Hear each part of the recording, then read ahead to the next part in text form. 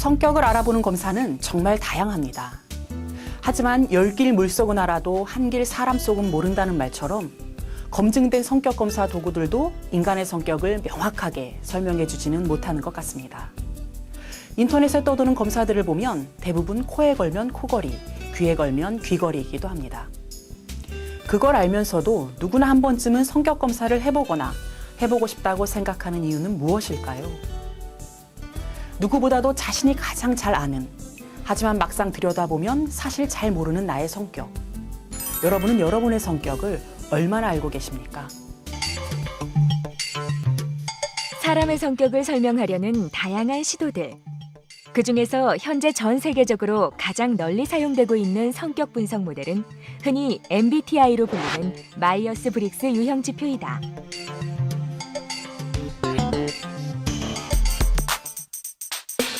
총 94개의 질문으로 구성된 MBTI는 4가지 층위에서 사람의 성격을 파악한다. 개인의 주의 집중과 에너지의 방향이 외부로 향하는가 내부로 향하는가, 정보를 인식하는 방식에서 감각을 선호하는가 직관을 선호하는가, 인식된 정보로 판단을 내릴 때 사고를 신뢰하는가 감정을 신뢰하는가, 외부 세계에 대처해 나갈 때 판단과 인식 중 어떤 과정을 선호하는가. 이 4가지 변수의 조합을 통해 16가지 성격 유형이 탄생한다. 16가지 중 나는 과연 어떤 유형에 속할까? 네, 예전에 학교 다닐 때도 해봤었고, 네, MBTI나 디스크 애니어그램 이런 거. 네, 왜냐하면 전공이 제가 교육학 쪽이다 보니까 심리랑 관련해서도 좀 두루두루 배워서. 그동안 무수한 사람들로 하여금 자신도 미처 몰랐던 실제 성격을 확인하게 해주었던 MBTI. 혜림 씨도 여러 번의 테스트를 통해 이미 본인의 성격을 파악하고 있었다. 예상대로 혜림 씨의 측정 결과는 ISTJ형이었다. ISTJ이신 분들은 현실 감각이 있고 일을 굉장히 체계적으로 처리를 하시는 편이고요. 꼼꼼하고 그리고 굉장히 성실한 분들이에요. 그리고 의사결정을 할 때 있어서 과거의 경험이나 아니면 현실적인 자료를 바탕으로 결정을 하시는 분들이고, 뭔가 이렇게 엉뚱하게 일탈을 하신다거나 그런 측면보다는 한번 이렇게 본인이 과거의 경험을 바탕으로 해서 그러니까 일관성 있게 일을 추진해 나가시는 그런 분들이에요. 나에게 편안하고 좋게 느껴졌던 것들과 불편하고 힘들게 느껴졌던 것들이 나의 성격과 관련이 있다는 점. 그리고 내 성격의 장점과 단점. 우리는 성격 검사를 통해서 자기 자신에 대한 이해를 보다 명확하게 할 수 있습니다. 이러한 자기 자신에 대한 이해를 인간관계나 업무 현장에 잘 활용한다면 우리의 삶을 보다 더 성공적으로 살 수 있을 것입니다. 그런데 내가 생각하는 나와 다른 사람이 생각하는 내가 차이가 나는 것을 경험할 때가 있을 것입니다. 다른 사람의 눈에 비친 나는 어떤 성격의 소유자일까요?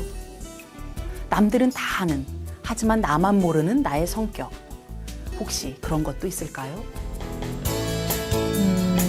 거의 비슷할 것 같아요. 저는. 네. 좀 직설적인 면이 많다 보니까 그런 표현은 좀 많이 되지 않았을까, 제 성격에 대해서도 잘 알지 않을까라고 저는 예상을 해요. 네.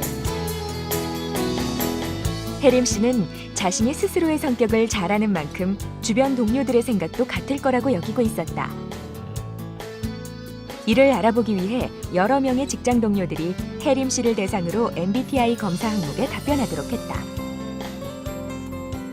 내가 생각하는 나의 성격과 남이 보는 나의 성격, 과연 얼마나 일치할까? 동료분들은 네. 어떤 결과를 내놨을까요?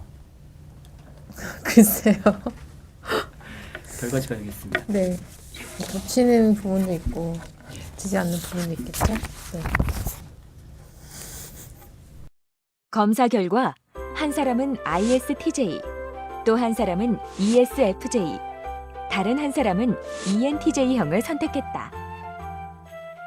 전 이게 친선동호형의 의외라고 생각이 돼요. 네. 근데 이거는 저한테서 자주 볼 수 없는 유형이기 때문에 아예 없다라고 생각은 안 하는데 자주 볼 수 없는 유형이라 세 가지 중에서 평가를 하자면 제일 보기 힘든 유형이라고 생각이 들고요. 본래의 성격과 겉으로 드러나는 성격. 그 사이에 이렇게 차이가 발생하는 이유는 어디에 있을까? 우리 역할이라는 게 많습니다. 아버지의 역할도 있고 또 엄마의 역할도 있고 학부모의 역할, 직장에서도 동료, 상사, 뭐 부하 직원의 역할이 있는데 그때마다 우리는 서로 다른 모습을 보일 수밖에 없어요. 그러니까 그거를 이제 이쪽에서는 페르소나라는 가면을 쓴다고 그러는데 그 가면을 쓴 모습이 어떤 사회적 장애를 구성하는 겁니다. 그러니까 사회적 장애라는 게 굉장히 여러 가지가 있을 수 있거든요. 그렇기 때문에 거기에서 자기 스스로가 어떤 일관성을 찾는다는 건 굉장히 어려워요. 외부를 인식하는 주체로서의 나와 인식 대상이 되는 객체로서의 나. 일 때문에 과도한 스트레스에 시달릴 때, 업무상 상사와 의견 충돌을 빚을 때, 파트너와 소통이 어려워 서로 답답해할 때, 그 뿌리 깊은 곳에는 나를 감추는 데서 오는 스트레스, 혹은 두 개의 나의 모습의 차이에서 빚어지는 인간관계의 갈등이 자리 잡고 있다. 전체 문항에서 혜림 씨의 답변과 주변 동료 2명 이상의 답변이 다른 경우가 42.5%에 달했다. 그 사람에 따라서 차이는 좀 있는 것 같은데 저는 속 얘기를 잘 안 하는 편이거든요. 제 얘기라든가 그런 걸 잘 안 하고 어떤 느낌이라든가 감정에 대한 얘기보다는 어떤 사실적인 거라든가 꼭 필요한 얘기들을 많이 해서 그런 면에 있어서 표현력이 적다 보니까 같이 어떤 공감하는 면이 많이 적지 않았나라는 생각이 좀 들었고요. 그래서 좀 다르게 보시는 분들이 다양하게 나온 것 같아요. 저를 좀 더 많이 노출시킬 필요가 있을 것 같습니다. 내가 바라보는 내 성격과 남이 바라보는 내 성격. 그 차이를 줄여서 근접시켜 나가려면 어떻게 해야 할까? 이에 대해 전문가들은 성격을 고치기는 어렵지만 성격을 표현하는 행동은 변화시킬 수 있다고 말한다. 감정적인 측면에선 이분들은 감정을 일처리하듯이 하시는 경향이 많거든요. 그래서 본인의 감정을 다루거나 남의 감정을 다루거나 이런 부분에 별로 예민하지가 않아요. 그래서 본인의 감정에 대해서 예민하게 지각하고 적절한 언어로 그거를 표현을 하고 다른 사람과의 관계에서 그걸 좀 풀 수 있도록 통로를 찾고 이런 것들이 도움이 될 수 있습니다. 내 성격이 가진 장단점을 파악해 때로는 나의 본 모습을 진솔하게 드러내고 상황에 맞춰 긍정적으로 자신을 표현할 줄 아는 지혜. 인간관계를 푸는 지름길은 나의 성격을 제대로 보는 성격의 재발견에서 출발한다. 그 사람은 성격이 참 좋다. 성격이 나쁘다.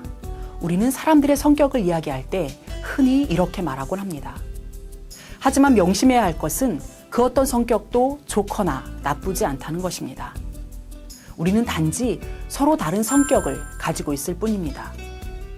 마이얼스 역시 MBTI에서 이 차이, 성격의 다양성을 이야기하고 있습니다. 사람들은 누구나 세상을 살아가면서 자신만의 독특한 성격 도구 세트를 활용하는데 여기에는 그 어떤 우열도 없다는 것입니다. 과일이 서로 다른 빛깔과 향기를 나타내는 것처럼 우리는 서로 다른 빛깔과 향기를 가진 사람들이라는 것입니다.